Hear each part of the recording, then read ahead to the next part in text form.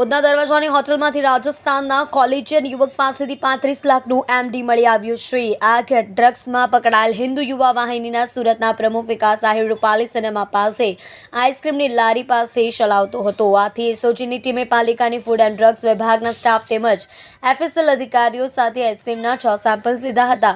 પોલીસને આઈસ્ક્રીમમાં એમડી નાખતા હોવાની આશંકા લાગતા સેમ્પલો લીધા હતા। સાથે વિકાસ આહિર જે જગ્યા પર આઈસ્ક્રીમ અને જ્યુસની લારી ચલાવતો હતો તે જગ્યા પર દબાણ કર્યું હતું। આથી પાલિકાએ તેને લારી પર જપ્ત કરી હતી।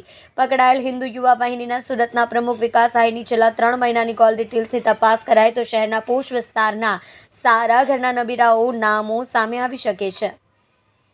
ડ્રગ્સ માફિયા વિકાસ આહિર અને અનીશ ઉર્ફે અન્નુ લાકડાવાલા બંને ચરસી છે। ભાટીના પંચશુલ નગરમાં ભાજપ લઘુમતી મોરચાના ઉપપ્રમુખના પુત્ર અને સૂત્રધાર એવા રેહાન ની પૂછપરછ માટે ગઈ હતી। જો કે મુંબઈ કે અંકલેશ્વર ભાગી ગયાની આશંકા છે।